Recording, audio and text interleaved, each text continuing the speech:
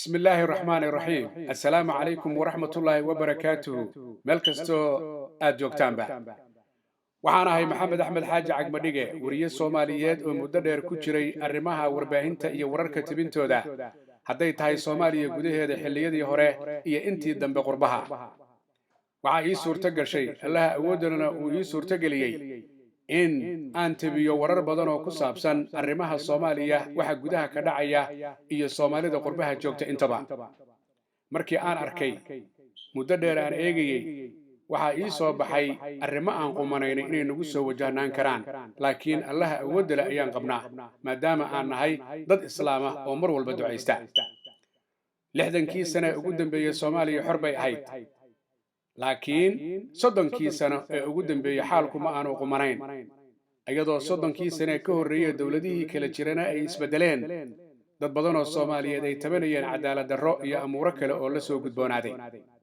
laakiin waxba waxa ka daran laga bilaabo 1991kii ismaandhaaf xoog la ayaa soo kala dhex galay dadka Soomaaliyeed maadaama aan barwaaqadii la haystay la oran alxamdulillah ilaahayna aan loo mahadnaqin taasi waxay keentay in alla ka fogaansho badan uu ka dhaco dalka Soomaaliya marka la fiiriyo waxyaabaha ka dhacayay 30kii sano u dambeeyay taasoo u muuqata inay tahay mid aan qumanayn adduun iyo aakhiraba hobiyayaal iyo hubka noocyadiisa kala duwan ayaa la isku garaacay dadka wax garaacaya waa Soomaali kuwa la garaacayana waa Soomaali sun ayaa lagu shubay bariga iyo badda Soomaaliya dadka ku shubay waa Soomaali kuwa loogu shubana waa Soomaali cunto dhacday ayaa daafaha caalamka laga soo gaday si bareera dalkana lagu iibiyay kuwa iibinaya keenay waa Soomaali kuwa laga iibinayana waa Soomaali daawo dhacday ayaa dayuurada loo raacay rag iyo dumar la soo iibiyay kadibna dalkii la keenay oo lagu baahiyo gobolada degmooyinka iyo tuulooyinka dadka keenay waa Soomaali kuwa laga gadayay daawada dhacdana waa Soomaali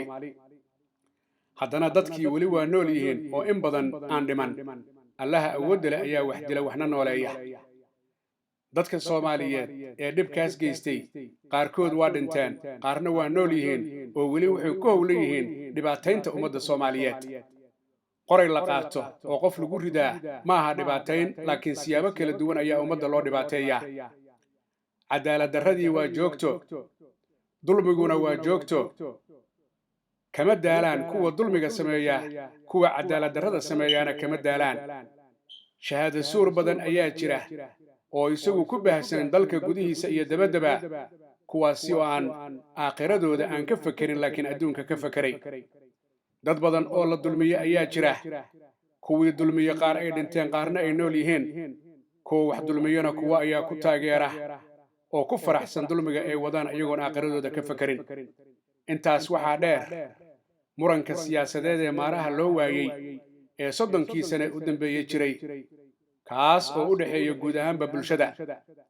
marka laga bilaabo magaalo madaxda gobolada iyo degmooyinka iyo tuulooyinka dhib badan baa ka jira dadkuna waa dhiban yahay kuwa dhibayana waa Soomaali haddii haddaba xaaladdu ay sidaa tahay mustaqbal ceenkeeya ayaa muuqda mustaqbal mugdiya ayaa muuqda waxaana sal u ah alla ka cabsiga oo ka yaraaday guud ahaanba bulshada gaar ahaan inta horboodaysa dhinaca siyaasadda jaga kastoo ay hayaan ma aha macnaheedu 30kii sano u dambeeyay dadkii xilalka kala duwan qabtay jaga kastoo tahaba inay isku raaceen xumaan laakiin in yar oo fara ku tiriso ilaahood ka baqaya ayaa jira balse waxa badan inta aan aakhira ka fakirin ee adduunka ka fakirtay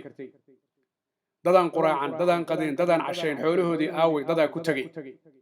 dadaa maalin walba la barakiciyaa hooyooyin 80 jira aabayaal 75 jira ayaa maalin walba la barakiciyaa oo aan cunto cunin jidiinkoodan aan wax marin kuwa barakicinaya waa Soomaali anigoo maxamed axmed xaaji cagmadhiga ayaan barnaamijyo badan telefishinka caalamiga ee Universal ka daayay barnaamijyadaas waxaan ka xasuustaa barnaamijka anugu magac daray isku maqanta lagu maqan yahay oo yaa isku maqan waa Soomaali yaa ku maqan dad ajnabi ayaa ku maqan oo qaarkoodna ay agdegan yihiin qaarna aanay juqraafi ahaan u dhaweyn laakiin ay u hanqal taagayaan dhulka barwaaqada ah ilaahay uu ku manaystay barwaaqada laakiin dadkiisu ay tacbaan ka yihiin waxa ii muuqda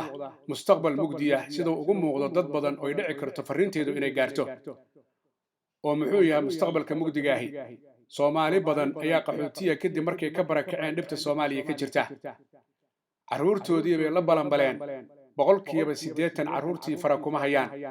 iyaga laftoodana cudurro kala duwan ayaa ku qabsaday meelo kala duwan oo dunida ah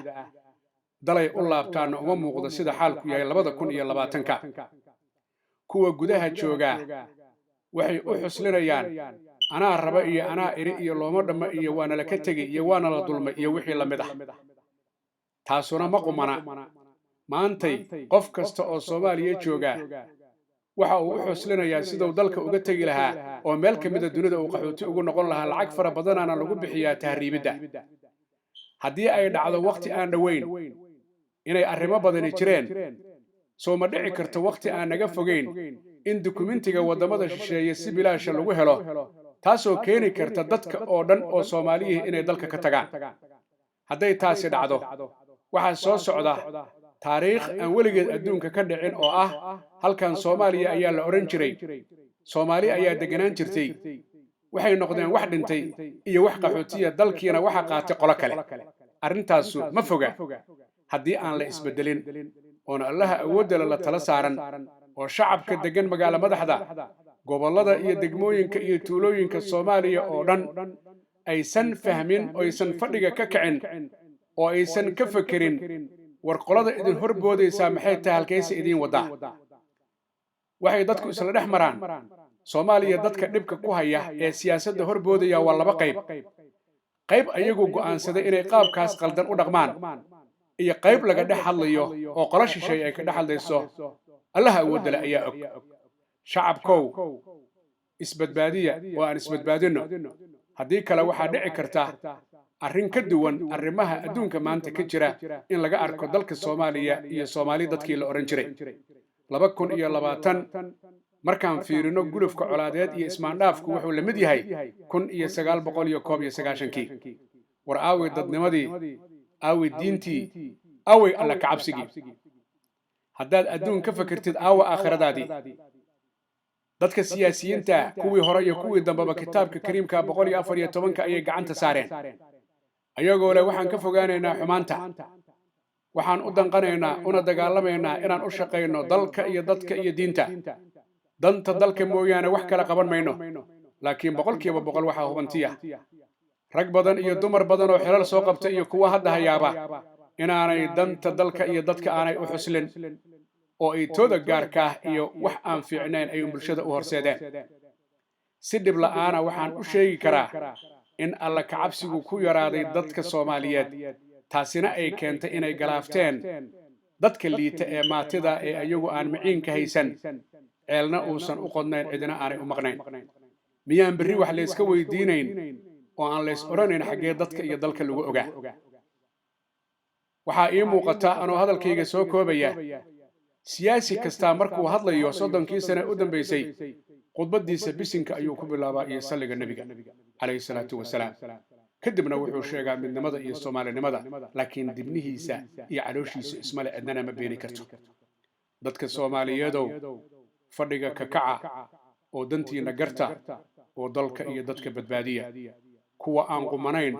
ee inta aan sheegay ummadda oo dhiba kula dhex jirow inta dhimata waaba dhimatee intiina nooli toobad keeno Ilaahay barya oo dhibka ka daaya dalka iyo dadka waa Maxamed Axmed Xaaji Cagmadhige oo fariintan muhiimka idin soo gudbinaya waxaan Allah awood leh ka baryaynaa inuu naga badbaadiyo balaayada adduunka socota oo Soomaaliya ay bulaasho oy barwaaqowdo oy barakowdo wassalaamu calaykum waraxmatullaahi tacaala wabarakaatuh